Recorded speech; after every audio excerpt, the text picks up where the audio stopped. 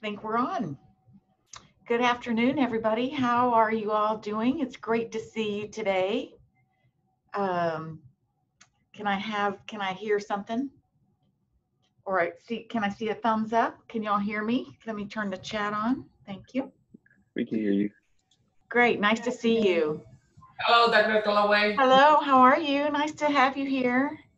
I think unmuting to talk has been working out just fine, so please feel free to do that.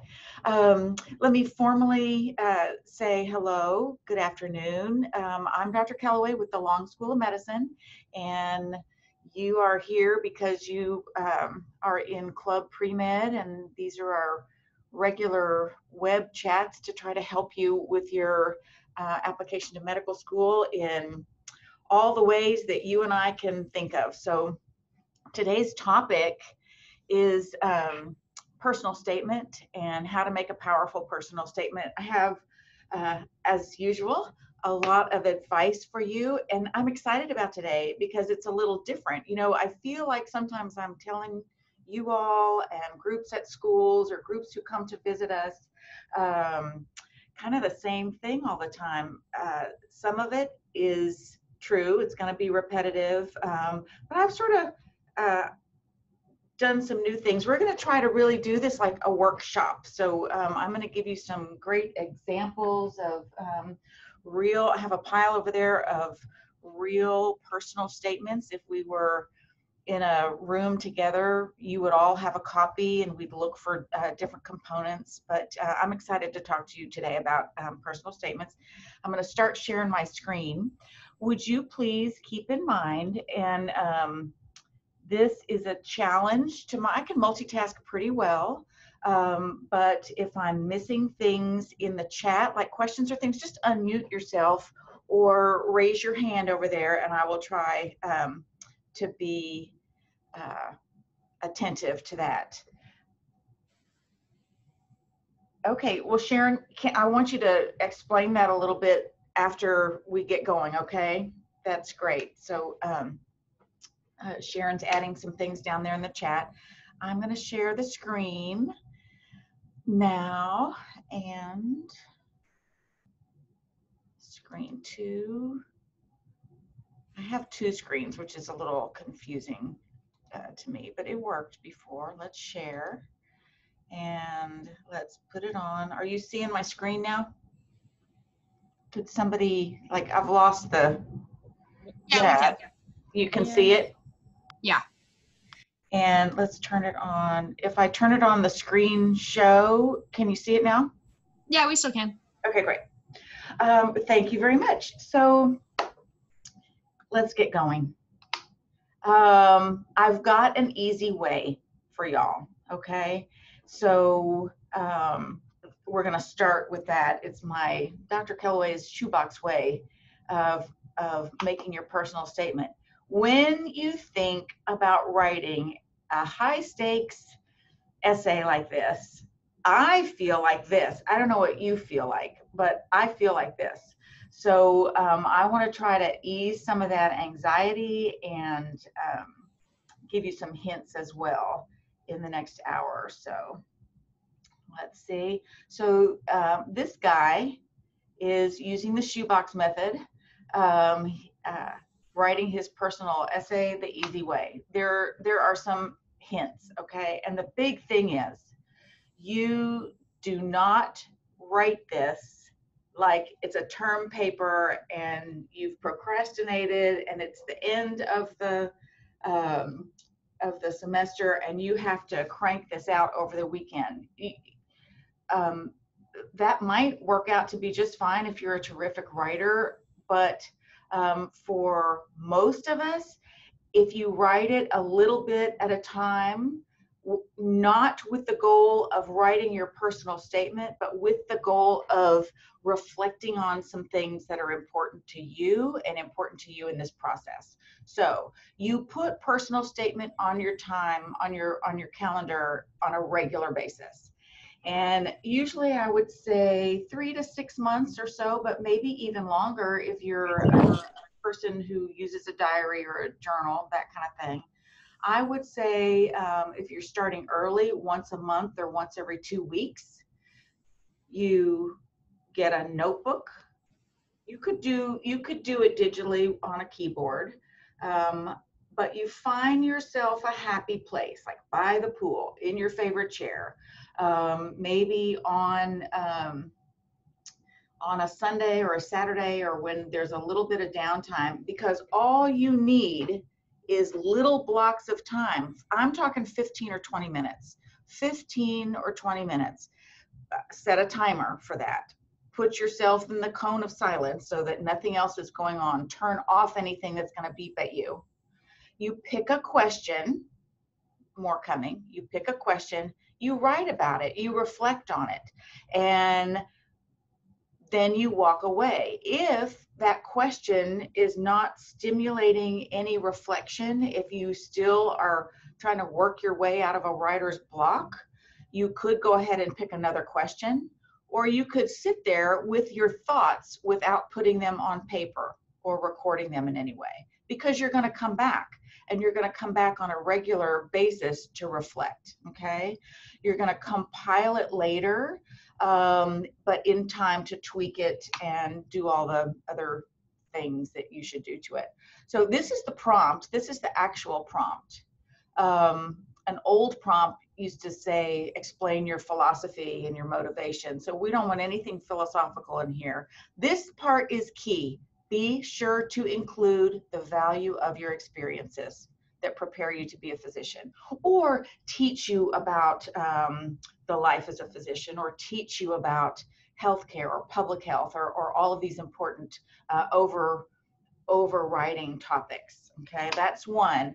I'm going to go ahead and tell you, you've got 3 essays to write, because why wouldn't you? 2 are required. The third one is an opportunity for you to talk about anything else that you want to talk about. So we call this the diversity essay. Learning from others is enhanced in educational settings that include individuals from diverse backgrounds and experiences. Please describe your personal characteristics, those things there, or experiences that would add to the educational experience of others. I have some great things to say about this when we get to this diversity essay, and a great example or 2 for you. And then the third prompt for the Texas, these are Texas TMDSAS prompts. The AMCAS prompts are a little different. The major essays are, I think you can probably use the same thing. Briefly discuss any unique circumstances or life experiences that are relevant, which have not been previously presented. So this is your opportunity. My goodness, you've got a lifetime of preparation so far for this, so lots of important things can go there. These are your prompt questions. You can come up with your own. I have a personal statement document with all of these listed, and Jasmine and I will figure out a way to get the actual document to you. We're not quite there yet about sharing things like prior or during the web chat, but we will figure this out for you. So you don't have to worry, and the recording will be available, so you don't have to write everything down right now. But some major questions are, why do I want to do this? What do I enjoy about medicine? What do I think I'm going to enjoy about medicine? And you just sit with that question and a pencil and a journal and just reflect on that, okay? And then what experiences have made an impact on this decision? Let me see if I can make a change. And there are others that I have for you in the document that we'll share a little bit later. So you're going to write, but just in 15 or 20-minute blocks. And that way there's no pressure. Your deadline for this should be weeks and weeks and weeks and months away. Hello, Amber Thomas. It's nice to see you. This reminds me, okay, that we have some caveats here and there now. It's going to go out on a regular basis in the new email that we'll be inviting you to these things with. But this is recorded. It's recorded to help you remember things or to help new people who didn't get to be with us today. So these things are going to be posted. If you want to join us with an alias or something like that, please do so. And if you have a problem and don't want your name out there or your video, please let me know if you think of it after the fact. So anyway, you're going to write. You're going to give yourself, as I said, 3 to 6 months to do this. Let's get to some important things. A very, very, very common question when I'm on your campus or in a group or at a college fair, a very common question is, how do I stand out in my application? But especially sometimes relevant to the personal statement. How am I going to make myself stand out? There are over 6,000 applicants in Texas. What's going to make me stand out? And here's what I tell you. It is your story. There are over 6,000 stories. Each single one of you have a tremendous story to tell. Don't focus on how I'm going to make it stand out. Focus on telling your story in the best way possible. And we're going to get to some details in a second. When you tell us, when you reflect on it and spend some time with this, your story is going to be enriched with the details and the important things that we want to see. And when you do that reflection and it comes across in your writing and in other parts of the application, we're going to see and hear and feel the personal attributes that are there, your compassion, your teamwork, your motivation, all of those wonderful personal attributes that we're looking for. So you have to spend some time, I think, to tell your story in a relevant, reflective way. So just tell your story. Don't worry about it. We don't go reading a bunch of statements and go, oh, this one stands out of the first 1,000. We don't do it like that. In fact, if I'm going to remember a personal statement way down the road, like a year from now, it's probably not for a good reason. So you don't have to stand out. You want to talk about your personal experiences and role models and anything that is big and important to you. So let's do some details. You have to have a theme or at least some sort of organization. I think one of the questions today was relevant to that.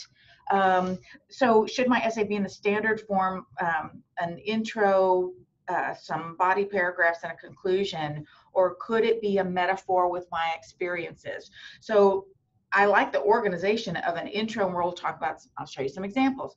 The intro and body and conclusion. I would be very careful about a metaphor, okay? A lot of people, for example, in sports who have had big sports journeys relevant to this, talk about that. And there are a lot of similarities, and you could draw the metaphor. You just don't want to have it be too contrived. Don't go too far to make things fit and match along the way. So so at least some organization, I'm showing you, can you see this? So there's a beginning, there's a paragraph here or a couple, and then a thing here and a thing here. So this is poor organization, although it looks like it's organized because these sections are named: motivation, philosophy, goals. And over here I have a note: boring, not a story. So don't organize it like that. You want to always stay positive. If you are coming to this from a difficult time, and in fact you or family have had some negative experiences in healthcare, make sure that's not your true motivation, because that will show, and it's probably not the best motivator. So if you are telling us about some unpleasant, if you're telling us about some sad things, try to get the reader into a happy place soon. Okay, I think I was just advising, I don't know if they're here or not, and I can't see the chat anymore right this second, but I was just advising somebody, and they had a very sad part of their story, very sad, and had, in my opinion, you got to get a lot of opinions. In my read, it was just, I almost didn't want to go on because I was dwelling there in the sad place. So hopefully that's sort of reworked to understand the power and the impact of that experience for that person, but to get us into a positive place pretty quickly. Absolutely highlight your accomplishments. You want to have a great intro, a satisfying ending, and we're going to go over power words. You want to use power words. Power words and all of these things, a satisfying conclusion, a grabbing introduction. Those things do evoke emotion in the reader. And so that's a good thing. So don't be afraid to evoke emotion in the reader. You want to write in the first person. Don't talk about yourself. Talk as yourself, please. Sometimes things get just a little, I don't know. This is not an English class. It's not a poetry class or anything like that. So that in that way, it should be pretty direct. Use paragraphs. Okay. Can you see this example? One paragraph. I look at this and I go, oh my gosh, I just don't even maybe want to read this because like, it's just too much. Okay. It's like, it's just too much.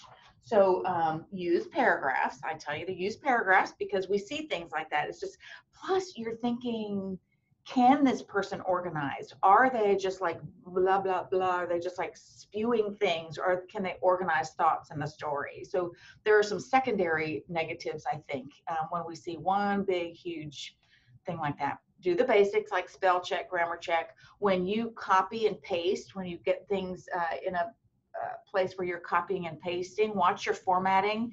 I don't know how AMCAS is, TMDSAS is pretty good now. And when you copy paste from your other places, it usually transfers very well, but make sure that colons aren't translated into exclamation points and things like that. Read what you are submitting on the screen. Watch your formatting. Count your I, me, my's. Okay, that was another question. Like, should the pronoun I, is on our question list, should the pronoun I be avoided at all costs? Well, no, not at all costs, but you don't want to start, gosh, if you, I had another copy where all the dots showed up in the back and it looked like a map of the major cities of America. So this, number one, what else do you notice? It's like one paragraph. That's another bad thing. So this person didn't attend any of my personal statement workshops. There's one paragraph and all of those dots you see are I, me, my. So on that one page, there were 34 I's, but if you go me, my, add the me, my's, you got over 50 sentences that probably could have been reworked, okay? So you don't have to avoid it at all costs. I should find one that's well written and count the I, me, my's and hold it up for comparison, but that's too many. Get feedback. So I'm going to give you my opinion. If I read your personal statement, I am going to love it like your mom, but I'm also going to tell you critical things that, in my opinion, ought to be changed. I'm going to tell you this hits me the wrong way. I'm going to tell you somebody on somebody's admissions committee is not going to like this phrase. It sounds too negative. It sounds like you don't know what you're talking about, or it sounds like you're naive or something like that. I'm going to tell you. So, so let lots of people read it, get feedback, get honest feedback. Let a grammar geek read it. Let your friend who's an English major read it. And you can let your mom read it, but if she just says it's wonderful, then ask her for some constructive criticism. I added this because it bothers me. It gets a little overworked when somebody is talking about a lesson or an experience from a while back and they say, my 6-year-old self. It's I guess is it a trendy thing? I don't know where that comes from, but it's a little overused. I get tired of hearing that. I don't know if it bugs anybody else. I get a little tired. Just say, when I was 6 years old, you know, there's nothing wrong with saying this happened when I was 6 years old and it's made a great impact for me. And the other thing that comes along is fast forward. Fast forward now, I'm an adult now. I think you can find ways to reflect on those experiences. Tell us how they changed you or got you set on this journey, without saying some kind of things like that that are sort of overused. Another thing that is that shows up that some committee member everywhere will comment on is are things that are, I don't mean any, I just told you, everybody's got a story. Every journey is important. But this is, you do also have to realize that if you are talking about something like allergies, you have to understand that other people might be not exactly talking about their own health, but other people's health problems. Or there are people who have suffered with cancer, diabetes, chronic disease, are overcoming some things that seem like big challenges. So if something kind of small, getting prescribed glasses, for example, comes up sometimes, and you see the world, and thank God, and I'm an ophthalmologist, I'm happy for that. It's life-changing. But understand that that might be kind of a small thing, so you better explain to us that impact that that seemingly small thing has, okay? And I can think of some examples, but we can talk about that in the Q&A. I can't see the chat, so if somebody wants to like take control of that chat and tell me if there are any questions or any way to stop. I can't see it without stopping our flow right now. So just unmute and ask me if you want to stop anywhere. Demonstrate what you know about medicine and why it calls to you. That was I see my quotes are off here, but that was a suggestion from a student who has worked for us and as a senior read lots of personal statement. I skipped stay in your style. You know, it needs to be, when you write in those 15-minute sessions from your heart and mind and soul, it's gonna be your style. So don't try to make it, don't try to formalize it or anything. Non-traditional applicants have non-traditional things to talk about. This is a great place, although we've added some questions, this is a great place to really explain your path. So if your story seems to kind of maybe not make sense to someone, this is a personal statement is a great place to like outline how you've been in this business or that business. How did this pathway come to, how did your journey come towards medicine here? And again, show your personal attributes. Let those things come out. You know what we're looking for in doctors. So I want to see if I can do this. Okay, now I see the chat. I'm sorry. So can y'all see me? I'm not sure. Okay. Yeah, we can see you. Okay, great. What is Harrison asks, what's your opinion on family, illness, or death as a catalyst? I think there are people who come from all different directions, okay? And so that's that could be a very important thing to write about. That would be good. Did I, yes. I'm not sure what y'all are talking about. Okay. So now back to, am I still sharing my screen? Can y'all see the things? Yeah. Yes? Yes, we can see. Yes. Okay, so can you see Power Words? It's minimized. Power Words? Yes. Okay, this is fun. You might want to get a scratch paper, okay? And in the top half, put Power Words. Another, you can fold it, like we did in elementary school, fold it a couple of ways, make some sections on there. Power words, great beginnings, satisfying conclusions, bad examples. Those are the things we're going to talk about now. Okay.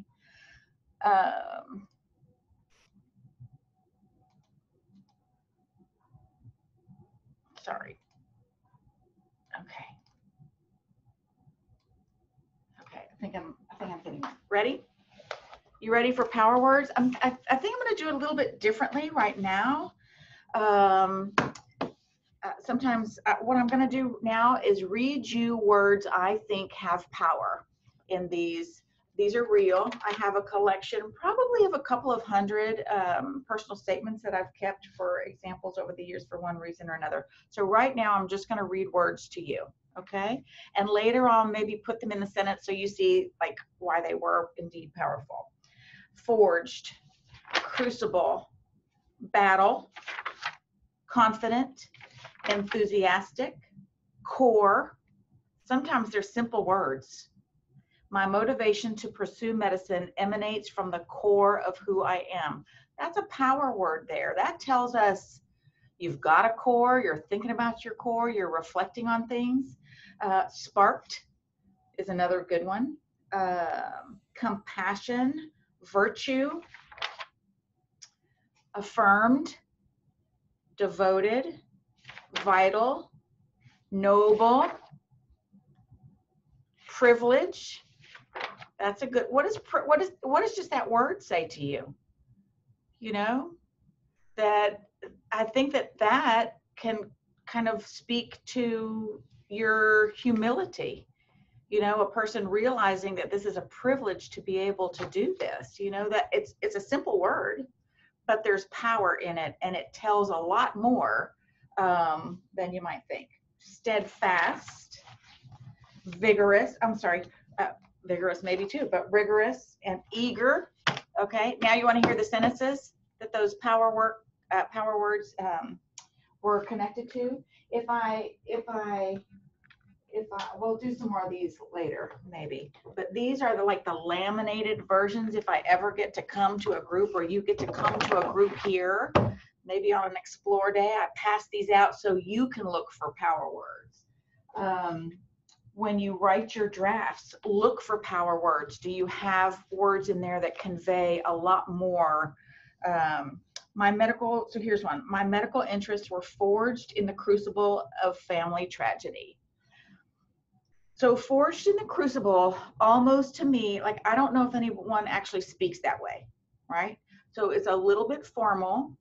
It almost sounds kind of a little dramatic, except that she's telling us that it was the family tragedy, right? So then that helps me almost by the time I get to the end of the sentence, that has the drama has found its place.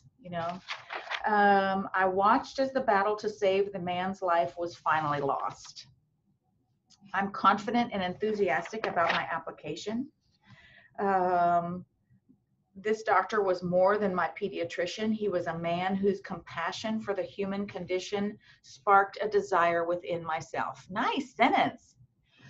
I would write something. I had a great role model. I got to shadow Dr. somebody, and they really motivated me. What a much better way to put that, right?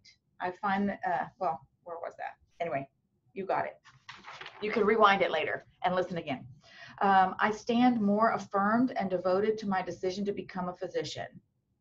Therefore, this experience taught me that a sense of humanity is essential and a vital part of being an amiable physician. I cannot think of a career with a more noble purpose. These are almost kind of great endings or great beginnings too. This profession is a privilege and of great importance. Okay. Through all of this, one thing alone has kept me steadfast. Nice, right? Do you get the idea for power words? Okay. I found the chat. Where did it go? It might be hidden. Excuse me one second. I'm putting it down here so I can see.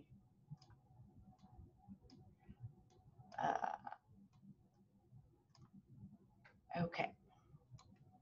All righty. Now I can kind of see everything. Okay, that is that. Want to hear some great beginnings? Want to hear a way to kick it off? I read you that one.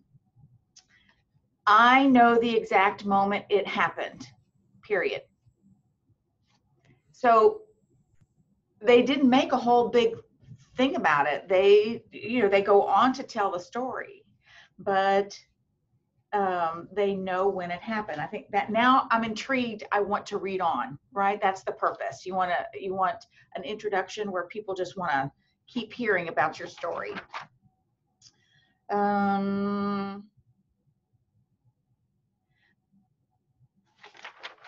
A patient comes to a physician in the most vulnerable times of his life. That's a good one. I can still, this is a long one, apparently. I can still remember the feel of the cold waiting room chairs as my family and I waited to hear the status of my 15-year-old brother, John, a cancer patient. Although young and unable to fully understand the details of his bleak prognosis, a painful feeling of hopelessness swept over me as the doctor reported, "Not good, John's cancer has metastasized." The doctor's tone was enough for me to understand the reality of what might happen. I knew my brother may die. The same feeling of despair sank in ever more that night as my brothers and I watched my mother desperately pray through countless tears. Over the course of John's year in the hospital, I took notice of the amount of work John's physicians put into his treatment. Their methodical yet heartfelt care for my brother helped me to see the commitment involved working as a physician. When the doctors were finally able to beat the disease that had caused so much pain, we rejoiced. So I told you not to like dwell in the sad place, but I think this is a nice example. It's about a quarter of the whole personal statement with a powerful story. Not, I'll say here, not all of us have such, such topics to write about. Our loved ones dying, or people close to us having, losing people who are close to us, or people close to us having a very hard time. We don't all have that. And that's okay. That typically comes up as a question. Nobody in my family has died. What am I going to write about? Just remember, go back and go to those prompts and 15 minutes every week or two and reflect on things, and you'll have a beautiful story to tell. Yes, I think that man did get an acceptance. This is kind of fun. As I entered her room for the first time, this is actually a medical student writing for residency, I believe. As I entered her, but it could be a shadowing experience as well. As I entered her room for the first time, a prosthetic leg greeted me before I had even come near the patient's bed. Her limb with its Nike tennis shoes still laced up was propped against the footboard. And it goes on to talk about meeting the patient. But you see, you want to, those are grabbing introductions. A lot of times when you say, and I'm telling you this in case you can do this yourself, when you're asking people or trading personal statements, I'll be reading through a personal statement and the flow is just beautiful and it's chronological or there's some organization to it. And then I realize, I love this paragraph here. Maybe this needs to be the opening. Sometimes I take people's conclusion and put it up at the top, or vice versa, because it just is something you are reading a little bit and you just want to go on and on into that. Okay, so now what we're going to do with intros. How's our time? We're good. I'm trying to watch the chat. Okay. Like a big heavy deck of cards, I'm going to pick something. I'm going to read a beginning. Do you see your you can do chat also, but I'm going to read somebody's first sentence. This is what we would do if we all could share these. I'd ask you just read whatever your first sentence is on the personal statement example. You ready? And then you can give me a thumbs up or a thumbs down, or clapping or whatever. Initially, it was my mom's first stories as a nurse in the intensive care unit that started my fascination for the field of medicine. I give it a thumbs up. I give it a thumbs up. I seek a career in medicine for a variety of reasons. I think I would ask that. So it's not bad, but am I drawn into it? No, not really. So I bet if we went through this, I bet we could find another sentence somewhere, a part of a story that we could bring to the top. That's what you do. If you're going, okay, my story reads kind of regular, go look for a sentence that has more power for you. Let me see. Oh, I like this one. In an instant, 3 words. Life is fragile. That's a great beginning. The first time I submitted my personal statement, it was earnest but trite. What do you think of that? Does anybody want to comment? Just unmute yourself. AJ likes it. It's good. Too broad. I see a thumbs down. So I'm not sure if this is exactly the place where you want to say, I'm a reapplicant. Nothing wrong with that. Nothing wrong with that. And usually some great lessons. People find great reflections having to do this again. But maybe I wouldn't start with that. I wish we were in a class where y'all could just like speak up. Don't be shy, just speak up. Okay. This is interesting. Let's see what reactions we get on this one. I felt important looking over Dr. Moreno's shoulder as he interpreted the results of a patient's CAT scan or x-rays. That's just the first sentence. Kathy, were you going to say something? Okay. What do y'all think? I was just going to say, I think, like you mentioned already, the writer could have used a much stronger, I'm Megan, by the way. Oh, okay. I see you unmuted now. Yes, hi. Thank you. Yeah, I was just going to say, I think like the writer could have used a stronger starting sentence, because with the other examples that you've pointed out, you know, there is like a sense of confidence, a sense of certainties being conveyed. And I feel like as the reader, that's something that you'd like to see, you know, right off the bat. Okay, this applicant knows what she's talking about, or okay, this, yeah, I think that kind of could set you apart. Okay. Thank you, Megan. Thank you very much. Ashley, yeah, and depends on the follow-up. That's right. And it is important, the right word to use. So the first 3 words are, I felt important with this doctor. So without hearing the rest of the story, I would agree that maybe there's another word.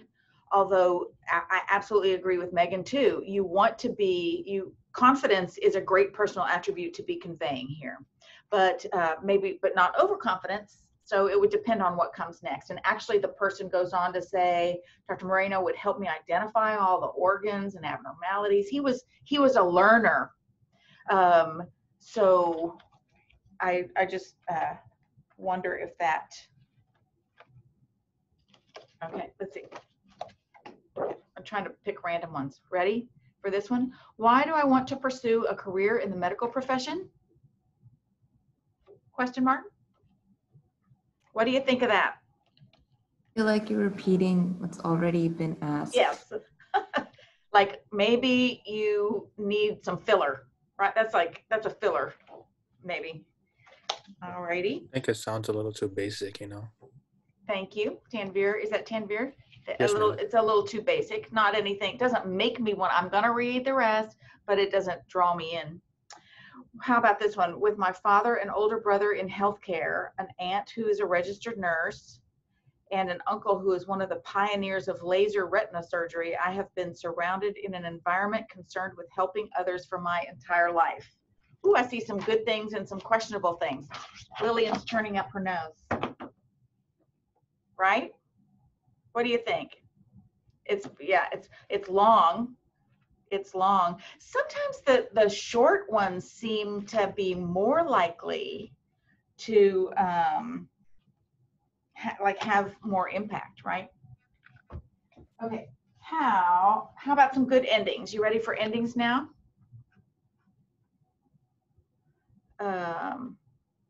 Satisfying, we're on satisfying conclusions. I do have a couple of other informational slides, but let's do this. All right. Well, that was a good beginning too. I'm going to read you this good beginning also. I remember when a career in medicine seemed nothing more than a faint dream of a young boy. I knew nothing about what it took to become a doctor or about how much dedication it requires to achieve this goal. What does that tell you? What personal attributes are in that sentence? So look, go ahead, Fatima.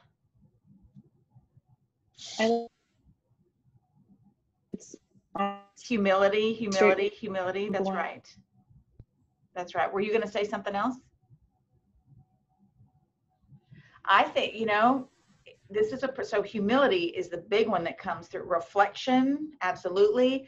On everybody's list of what new medical students should have is a love to learn and an ability to analyze yourself. Very important.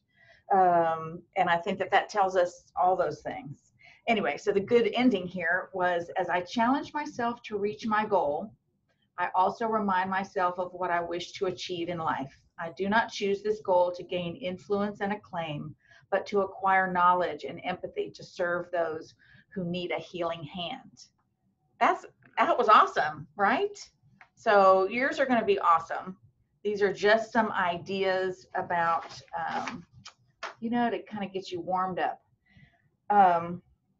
Here's another one. While many factors and experiences have led me to this point, I believe my discipline, dedication, and determination will drive me to become a successful physician. Good. Not bad, right? Okay, so this one always makes me like kind of teary. Excuse me. I loved it. This is why you need to have other people read, have 10 people read your personal statements, and people who will give you true feedback.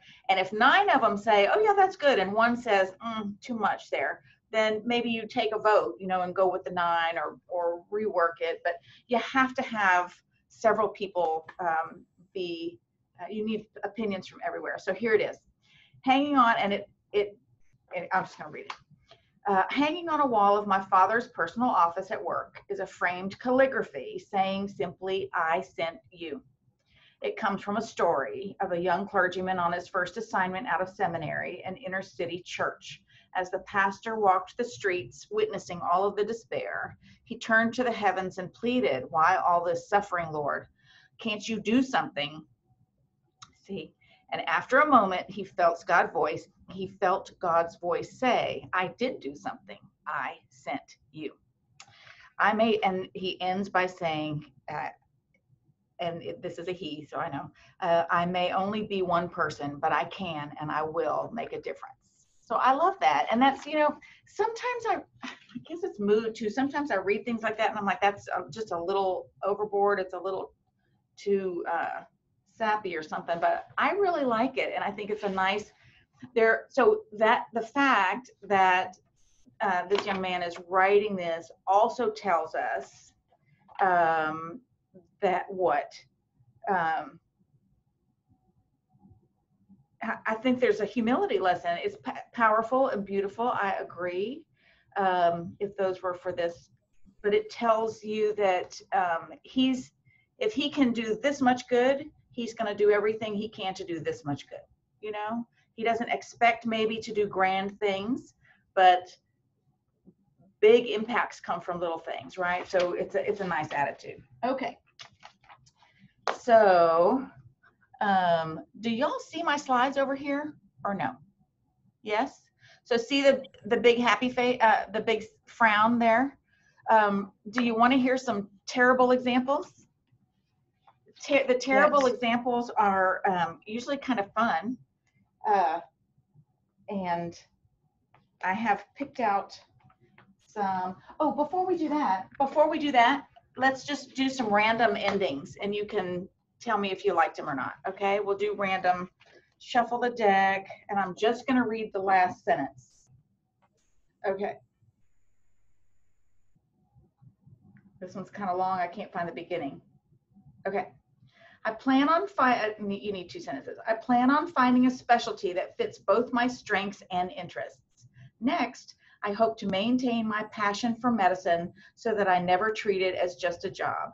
Finally, I desire to develop confidence in my abilities, communicate effectively with those around me, and most importantly, act with compassion towards the people that I have set out to serve. What do you think? I think it starts out a little iffy. Like, here's what I'm going to, let me just recap it. It's like very clean and sterile. There's nothing wrong with that. Not sure, doesn't feel like it has to be said. Agreed, not the strongest. Too much telling instead of showing. I just think there were maybe some ways to get to a person who's saying this has some good things that are, the personal attributes are there, but I think they could be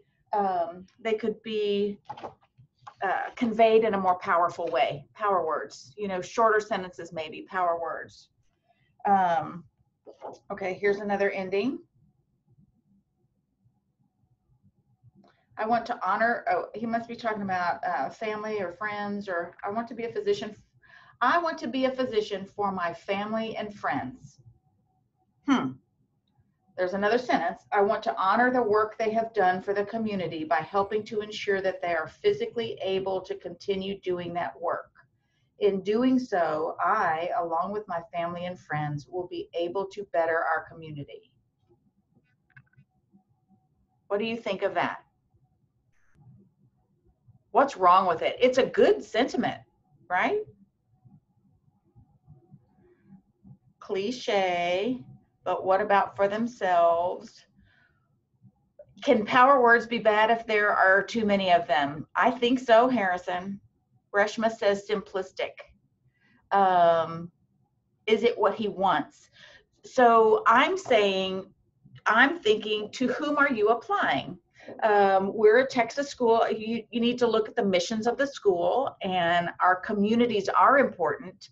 But in the meantime, in your 10 years of future training, 4 years as a medical student and another 4 to 7 or 8 or whatever in residency, you're going to help a lot of people, and they may not be in your community. In fact, they may be from communities you never even heard of, from backgrounds and cultures. So to me, it's a good thing, but it's a little narrow focus. It's a little bit narrow in focus, and there is going to be somebody on a committee that questions whether this person is culturally sensitive or culturally competent, right? And I think going back to help your people is an excellent thing, but to put that in an application to 13 schools plus the schools across the country, it might read a little bit too narrow for people. Okay, you want to hear the bad examples? I want to leave plenty of time for questions and answers. It's 10 to 1. Time flies, Okay. These are pretty terrible. I'm going to try to read fast because sometimes I have to read big blocks so you just get the full impact of the terribleness. Once I tried to explain to my mother how her body would shrink with age if she did not drink enough milk. Like, how much is wrong with that, right? But they go on. Her amusement, it must have been as a little kid, her amusement at my earnest attempts to improve her health spurred me to learn even more about the body. There's a little bit more, there's awe I felt. The body is awesome and intricate. Then there was the very next paragraph. There was once a man who recognized the marvelous complexity of the world in his paintings. He challenged old ideas of perspective and space, believing that people and objects must be examined from various angles. So he's talking about art and art interpretation. Yikes, where are we with this? I worry about this person, you know? Then paragraph 3, and they're like little they're not delving. If there's a thread here for us to catch on to that takes us on the journey to medicine, 3 sentences is not enough to hop on the train, you know? My swim coach once told me to eat lots of pasta and taper my workouts before a meet. As I made the connection to a recent science lesson about energy storage and carbohydrates, a 1,000,000-watt bulb lit up in my head. This thrill kept recurring throughout my schooling. So I think they're trying to tell us they're very motivated and have been thinking about science from a naive way with a little more, I don't know where the art interpretation comes in. Too scattered, where is it going? This one has this one is just like really bad. Skipping an entire year of elementary school, I started life with an academic aptitude. I was actually expected an entrance exam in kindergarten. I think we're supposed to laugh at that, but it's, right? It's painful. Fair performance in high school was followed by academic difficulties in college. Oh, okay, so not so much academic aptitude. Anyway, so that's bad. So this one, somebody asked on our questions, what's the most common mistake? So remind me to answer that. What did John say? Stream of consciousness. That when there are streams of consciousness, the committee, they call them out, and it could be problematic. I chose medicine as a future profession because, first, I think it's the noblest profession and the best way for me to help humankind. And second, because of my fascination with the human being and to try to bring it to perfection, to fight against aging, sickness, and suffering. Most of my philosophy about physicians and the medical profession are well represented in the classical Hippocratic Oath and its pros and cons. It begins with, I swear by Apollo, physician. Okay, so they're like writing some kind of term paper, right? Blah. You just kind of stop and go, let me just go right to the other part. Okay, so then we're going to get to a couple more points in a second, I promise. There's a whole other anti-abortionist and anti-euthanasia. Okay, like we're like calling out some very controversial topics here. The right of any human to own their own body without anything inside it and to do with it as they please. This is an unbreakable law of freedom. There's some problems here, right? Women have the right to abortion and anyone can kill themselves freely. Okay, so much wrong there, so much wrong. That was just like sort of bizarre. My note, I'll tell you what my note is afterwards. Are you the doctor? Asked the man. I sighed as he peered at me through his thick bifocals with a look of distrust. I explained that I was just going to take down some information and run a few tests on him before the doctor saw him. How old are you? You look like you're 15, he said.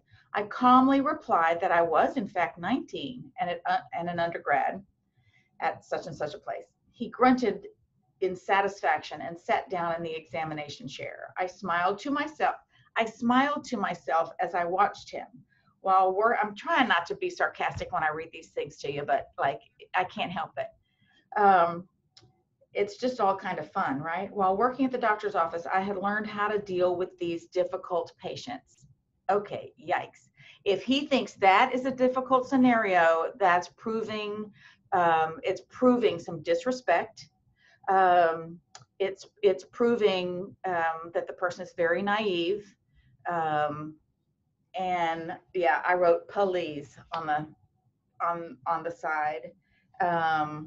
when you're talking about patients, you want to be extremely respectful, not use that and counter to like puff yourself up. I thought it was pretty arrogant, because you're not anything yet and you're helping, and that was not the lesson to learn.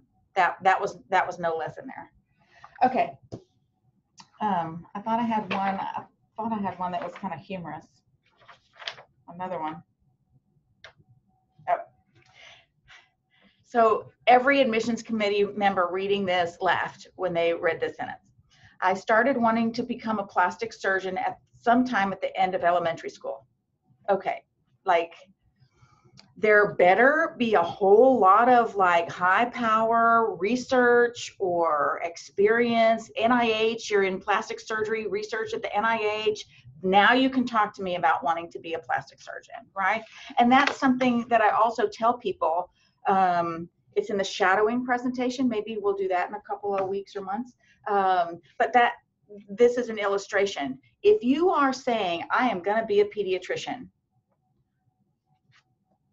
you should have some really good experience to back that up, like lots of hours in that field to back up those desires. You can be, while you're apprenticing or shadowing, you can be trying to figure out what specialty you want to be.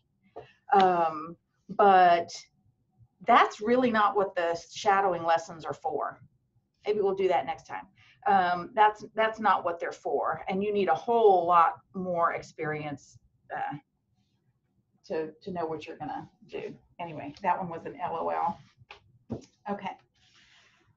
So those, we've done good beginnings and good endings and the frowny face ones.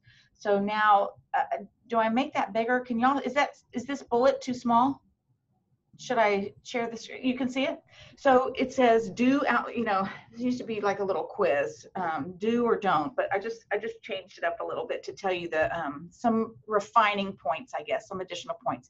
Yes, outline your goals, but if you're going to be a cardiovascular surgeon, tell us how every summer you spend doing research and et cetera, right? You get it. Of course, you talk about your experience. You don't embellish, but you highlight your academic accomplishments. It's hard to do this. It's hard to do this and show the humility that we think it takes to be in this life. But we talked about some words and sentences and phrases and paragraphs that exemplified humility, right? Oh, and somebody, yes, thank you. I will, let me do this. Does this, while I'm going through this slide, is that better? Yes. I lost my chat now, so instead of fumbling for it, I will, we'll just do it this way. But you see power words, right? Now, is this good? Are we good? Are we back on track? Yeah. So should you talk about thank you for the feedback. Should you talk about high school? Yes, this is a perfect place. People ask all the time. Some great things happen. I did a lot of shadowing in high school. I haven't been able to do so much now, but this is a perfect place to say, you know, for me, it was Sister Timothy in biology class that got me thinking about this. I took a detour, but that was important. I don't think I put her in my, didn't honor her that way in my personal statement, but if there are good things that happen to you in high school, or you went to a health careers high school, talk about high school, because remember, the rest of the application really is focusing on you and your experience in college. So this is the essays are a great place to talk about important things that happen in high school, except Eagle Scout and Girl Scout Gold Award. Those are generally high school, right? So you can put those things in your personal biography section. Should you discuss doctors that you have shadowed? Yes, there's a but. What's the but? I lost my chat, so y'all have to unmute. Or you want me to just tell you what the but is? Should you not? Oh, sorry. No, I'm sorry. Go ahead. Raymond first, then Udo.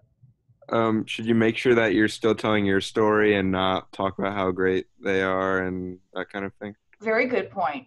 very good point. Make sure it fits with your story. I still think you could talk about if they did like some great things and you learned from that. I think that's perfectly fine. Thank you, Udo. Yeah, I was going to say along the same lines, make sure you're also showing what you learned and how you're going to use those skills as a physician and not just talk about the good things that they did. Yes, great.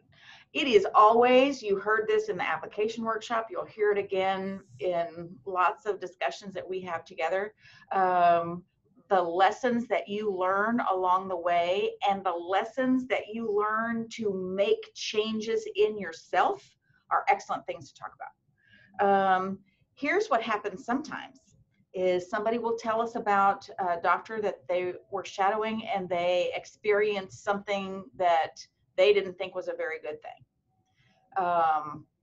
That was the however that I was thinking of. So if you're going to discuss doctors, especially like if you don't know what you're talking about, that shows. If you say this doctor, was taking care of my family and they couldn't find a diagnosis and that was all very frustrating and stuff.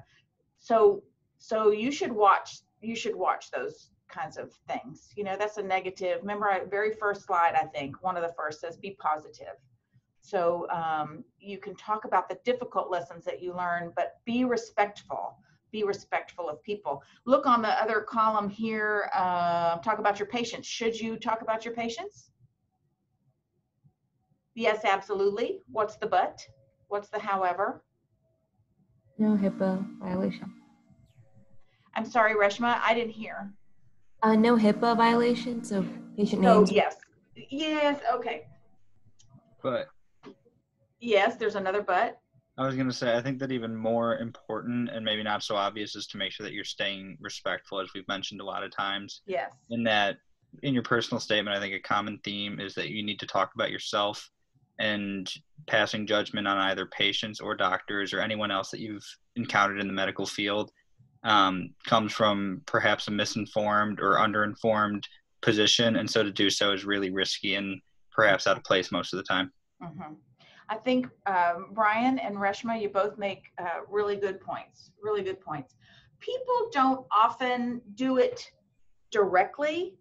This was a terrible doctor. But we read one that was indirect and very disrespectful of that older gentleman who said haram for, frowned over his spectacles, and the PreMed thought he maneuvered that encounter very well. That was disrespectful, in my opinion, to that older gentleman. So, and that it comes up again in the next slide. So should you be, oh, there, my chat appeared. Should you be politically correct and put the he, so like what gender, what sex identity and gender pronouns are you going to use? I'm sorry if I'm not naming them correctly, but you know what I'm talking about. Pronouns. We have more pronouns now. So in an effort to be, I haven't seen any use more than the binary, but we see the binary all the time, he, she, and combining the he, she. So it's a little annoying to the reader. It kind of disrupts the flow. If you're talking about general things and you're just using a general pronoun, just pick one, just pick anyone, because it interrupts the reading. It interrupts the story a little bit. Use abbreviations only if everybody knows what they are. In this context, everybody would know AMA. Everybody would know TMDSAS. We might not know abbreviations for your particular school or program, things like that. And should you use humor? What about humor? Oops, sorry. Should you use humor? Thumbs up, thumbs down, or depends, right? Fatima says yes. Humor's I think it can be a nice introduction. It can tell us some other things about a person, So I think I lost the chat again. I had it for a second. Where did it go? Oh, okay, I found it. Humor, absolutely. Sparingly and appropriately. I think right? you guys are going to be reading a lot of. I was just going to say, I think you guys are going to be reading a lot of applications, so I think it would be nice to kind of have a little bit of humor and positivity in some of them. Yes, it's nice. I feel, yeah. I think that's a very good point. Yeah, we read like stacks, virtual stacks. Watch the sarcasm, because I remember this cycle, the half of the committee was saying this person was thoughtless, etc. I can't remember what the example was, but I thought, and the other half of the committee thought it was a humorous, but maybe a little dry wit and a little too, like, maybe a touch of sarcasm and dry wit in there. So we didn't know if it was funny or not. So you want us to know it's funny, right? So watch the dry wit kind of thing. Now this may be my favorite slide here. Do or don't. God and other controversies. Should you avoid controversial topics? What do y'all think? Is there a way? Go ahead. Sorry, I think if it doesn't define your actual personal journey to I was going to say medicine, it depends on if it's relevant to your story or not. Okay, if it's Yeah. relevant to the story, Fatima? yeah, I agree with Udo. Like, if it's not defining your story, then I don't think 5,000 characters is the best place to start, like some sort of activism or, Right. There are lots of people actually who gain a lot of experience from like a political campaign or a cause that might be polarizing, right? How do you think that message should be? When they ask me, I was in a campaign, should I put that in there? What do you think I say? Because you know the answers to this. be reflective. Yes. What's the admissions committee looking for? So all the stuff that they might have learned. There's a good lesson. Tanvir.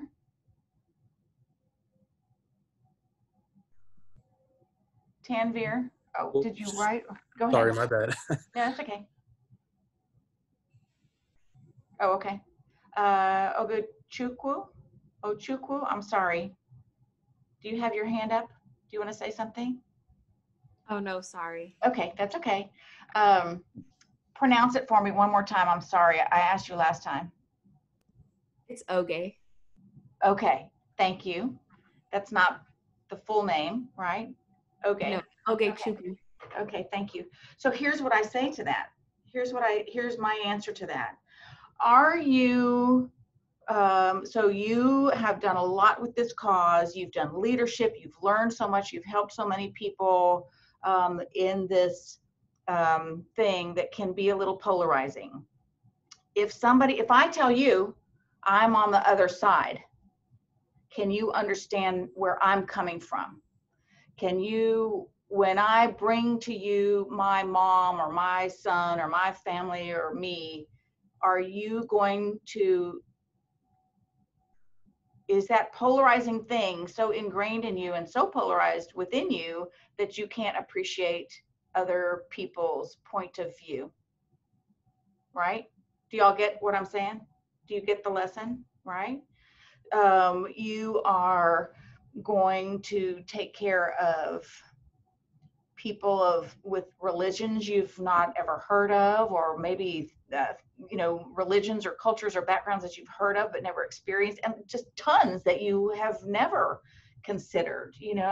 What are the important things? The important things are respect for this person as a human being. And I think that this is I think it's unfortunate that there is a national conversation where respect is lost. And so you want to make sure that while you're conveying, you work so hard for these people or this topic, this cause, that you are committed to helping everybody, right? Anyway, so controversy is okay as long as you're still telling us how culturally sensitive and competent. And so that just means the trouble I have with that term, cultural competence, is I put everything in there, anything that's polarizing, you know, abortion, politics, religion, I think then we covered, I guess. Once a year, we read an essay that says a person was brought to this path and called, and they are going to go out there and help everybody be a believer in Jesus, okay, if they aren't. So that's not medical school, that's divinity school, right? So, and it's a little, and again, the person might not be closed minded or anything. That might be such a primary goal, though, that it doesn't show good openness to everyone. So and sometimes there are things that are just too raw. We had another one this year. This bullet here, don't use the F word, which shouldn't need to be said, but it was in a quote. And it was a quote, I need to like find it. It was in a quote from a patient. So there were two things wrong with that. It was the first sentence. So it did grab the attention. It did not want me to read any further, you know, because this, as they went on to explain, this poor person was having a bad psychiatric break, and was using expletives and everything. So I thought it was very disrespectful to the patient. And like, just who wants to read words like that at the very beginning of the thing? That it comes out, I guess, a little bit here and there. So watch, it should be you shouldn't do that. We talked about God already. We talked about bad doctors. You can repeat information here, of course. You can repeat, what does that word say? In a repeated application, people are probably looking for what you learned in the last year, and of course you shouldn't use a service or plagiarize, but it's going to be easy for you if you do it my method, a little bit at a time. And if anybody is interested, you email, until we figure out a better way, email Jasmine and we'll get you the handout that goes with this. Okay, I think I'm stopping sharing because I think that was it. And now I can see more of you and I can see the chat. Yes, it can show how you communicate with people that you may not agree with. And you may never agree with somebody on a topic, but you're going to take care of those people. So, and we all deserve the best care that you can give, whether you're on our side or in my religion or somebody else's culture or whatever. We all deserve the best we can give each other. That's yes, open-mindedness. Okay, so do you all, I'm watching the chat, or unmute or raise your hand. Fatima, your hand is up. Do you want to say something? Yes, I have a quick question. Yes. So in the previous presenter notes, you said that you don't want us to talk about redefining medicine. Yes. That's a no? Yes, because I say it like that because I don't want you to get too philosophical. Remember that one, that was a little exaggerated, but it said, my philosophy of medicine is this and that. So it shouldn't be lofty. It should really be integrated throughout the whole thing with your experiences. Okay, so if we have certain goals that we want to accomplish as a doctor, that's okay to mention. Yes. But not like changing the philosophy of, I guess, just being, okay. Yes. Can I say some, yes. I'm sorry, was there something else? No, that's all. Thank you. Okay, great. You're so welcome. Here, so I'm going to read you the beginning of this. I have a nice essay on here because it's the diversity essay. And I think sometimes people struggle with it a little bit, but everybody has different things and experiences to bring. And our committee liked the way this young man, I know him to be a gentleman, approached it. Some would consider me as generic as they come, a white male from a small town in Idaho, religious upbringing, and parents who are still married. I must admit that as far as life can deal out brutal challenges to those who do not deserve them, I have been delivered a pretty good hand. Despite embodying the polar opposite of diversity, as many may view it, I would like to think that my experiences both growing up and since leaving home have inspired me to make a difference in the world, and I likewise to inspire, I'm misreading, and can likewise inspire others to achieve their greatest potential. So diversity doesn't mean you're not a white male. I just am going to go out there and say it. We all have stories and strengths and things to bring. And I thought he did that in a very nice way, because sometimes we do have to be reminded, you know, you might look at statistics and white males are the majority, but you're bringing things that bring us all together. Okay. So I just thought that was a nice way to put it. And he's telling us that, you know, he's telling us that cultural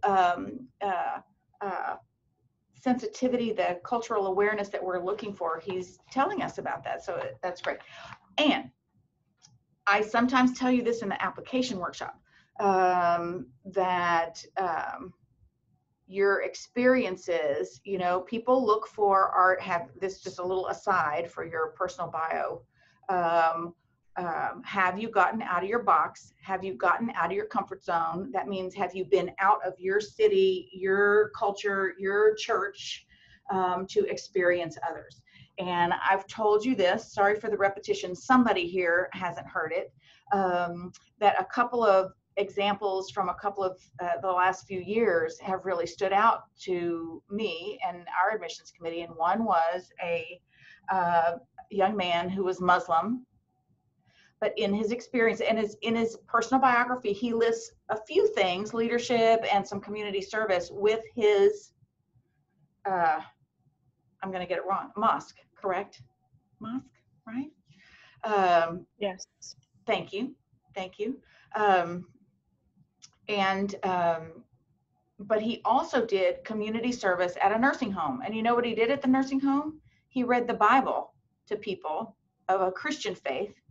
How nice is that? So he's telling us he embraces, you know, he is a Muslim person helping his community of faith, and then, but he's not, so he's had these experiences elsewhere. And the other one was a young man who was non-Hispanic, who had studied in college or was studying in college Hispanic languages or culture or both. And what he started doing then with this community that he was learning about and loving, on church on Sundays, he changed churches. And instead of going to his church, he went to the Hispanic church in the other neighborhood to enjoy this community of people that he was learning about. So I thought that, and to help his Spanish too. So I thought that was reaching out and getting out of a comfort zone and doing good things. So I would suggest those things. So what other questions?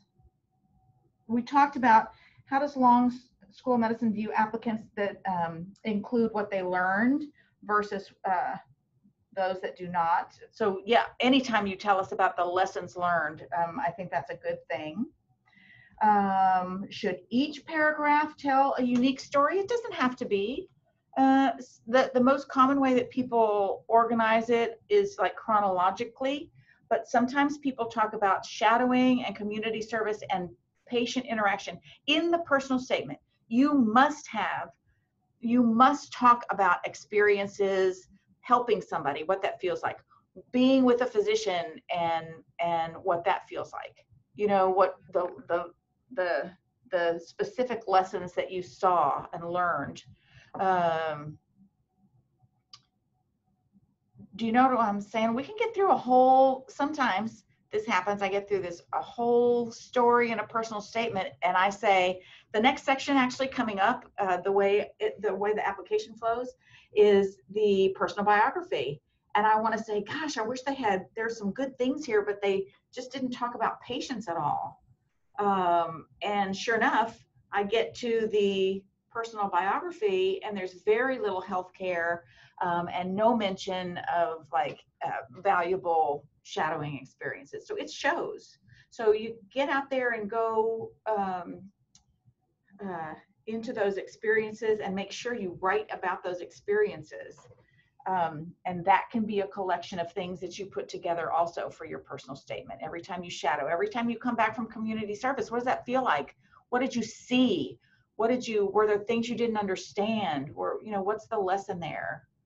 Are there any other questions? Am I at the bottom of the chat? Let me make sure I'm current. I am. Is there one way to write a personal statement? I don't think so. I think that there are like over 6,000 a year ways to write about it. What do we look for? Again, you have to have those experiences in there.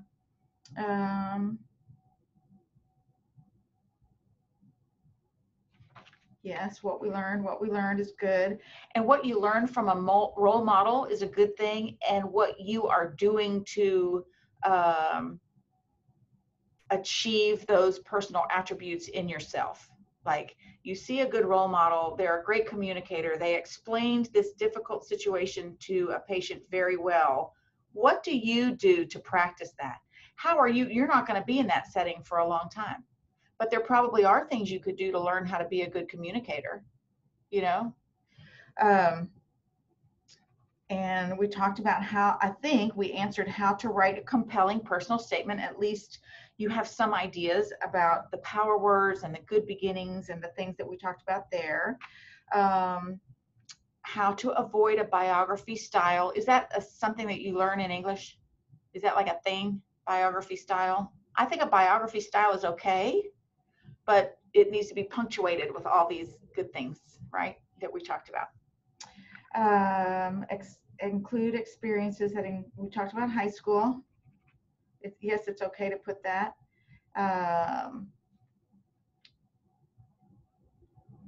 So yeah, so the question prior to this was, how can I stand out if my why is cliche or typical? And what's the answer to that? You don't need to stand out. You don't need to stand out. You just need to tell your story. So why does everybody raise your hand if you want to go to medical school, if you want to be a doctor to help people? If that is why if that's your why, raise your hand. That's everyone. Thank you. I'm seeing on the participant list, all raised hands, right? We all do. We want to help people. So you want to say that that's trite or cliche? Okay, it's universal. Thank goodness. But it fits differently in everybody's story. So it's okay to say, that could be your first statement, and then hit us with some other, great stories. I want to help people. It's simple, but it's true, so don't worry about that. And it doesn't have to be, a complex talent or skill. No. In fact, you should realize that you have a lot of room to grow. I'm not sure if I'm understanding that question very well. How many anecdotes should be included? I've got several short one-sentence anecdotes that communicate smaller things about me, and 3 larger paragraphs. Is this a good method? I think that sounds interesting, and it could work. It could work. Some small things. You might want to tie the small things together so it doesn't feel too choppy. Excuse me a second. Let's see. I think I told you what not to write in a personal statement. Should our personal statement be like a detailed resume? No. Really pick out some major things, I think. How does a non-trad who pursued pre-med, took a break, and then come back, address this in a personal statement? I think you talk about your journey. I think you talk about why the detour. A lot of us do have detours, or we find it later. We find that motivation later. So tell the story. Tell the story. That should be one of your, that should be one of the remember at the very beginning, I told you, sit down for 15 minutes, 20 minutes, write. You have 2 sentences, great. Get up and leave after 20 minutes. You have no sentences or you have a whole 2 pages worth, that's great. Stop and get going, and come back another time with refreshed thoughts. So I think that I definitely think that could work. At least sounds like a good starting point. Oh, yeah, details. Sorry, I skipped that one.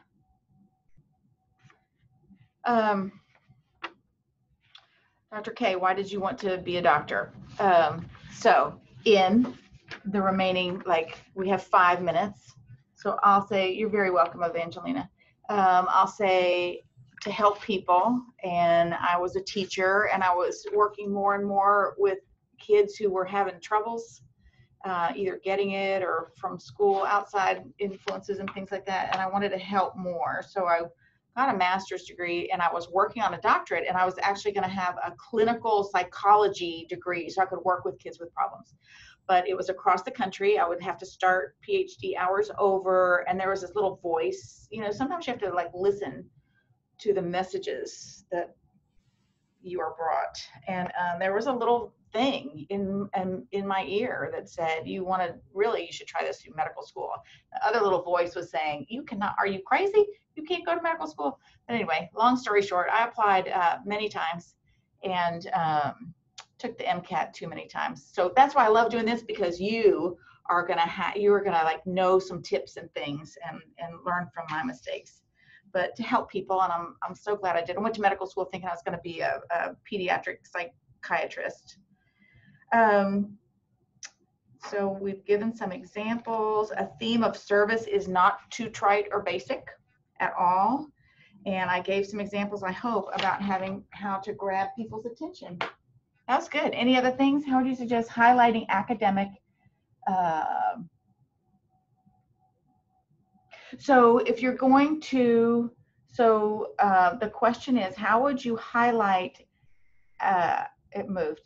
academic accomplishments if the personal statement is coming from the standpoint of a personal illness becoming a driving force towards medicine? It doesn't feel like it would fit. It's your story, so it's going to fit. Maybe the accomplishments get well stated in the personal biography, but if it's high school or something else, maybe that those academic accomplishments could be woven in there. It could be a separate paragraph tells us, okay, there's a new topic coming.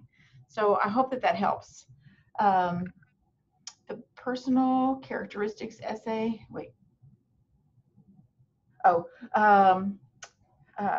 Amber is asking about the poetry. So that was a goofy, I throw those things in there on those bullets because I've seen them over the years. And somebody wrote a poem and worked all this stuff into it. It was a poem. It was a big poem. And I'm not sure if they weren't trying to make a shape of some, it was just too goofy. Don't do that. Just go straight forward. Once in a while, once a year, we see somebody trying to be way creative, and they've gone way too far with the metaphor. So we can't even see the, where's your stuff, because the metaphor is too thick.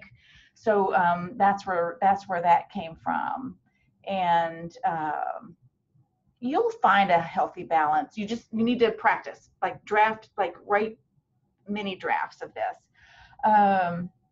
Personal characteristics asks how they add to the educational experience of others. Are committee members looking for diversity in the sense of race, ethnicity, and heritage? Yes and yes. Diversity can refer to activities and a background that is non-traditional. Absolutely. Diversity, a lot of people write about they have leadership strength, and they are able to pull people together to communicate with each other to get a project done. People talk about their tutoring strength and how they can help people understand things. It's a great place to, it's a great place to brag about yourself. How to be careful how I sound. How does one go about discussing their journey, but at the same time not sound too desperate? I know. Yeah, I can see what you mean. If the passion, the motivation after not meeting your goal may be interpreted as desperation, but well, let a lot of people read it. Let a lot of people read it and have input in that. You're very welcome. You're very welcome. What about using the term in retrospect? I think that looks like reflection, wanting to learn a lesson. I think that phrase it's not too cliche. It all depends on what you put in there to back it up, you know. I would add to that. You're very welcome. Oh, yes. There are some people spinning in my inbox.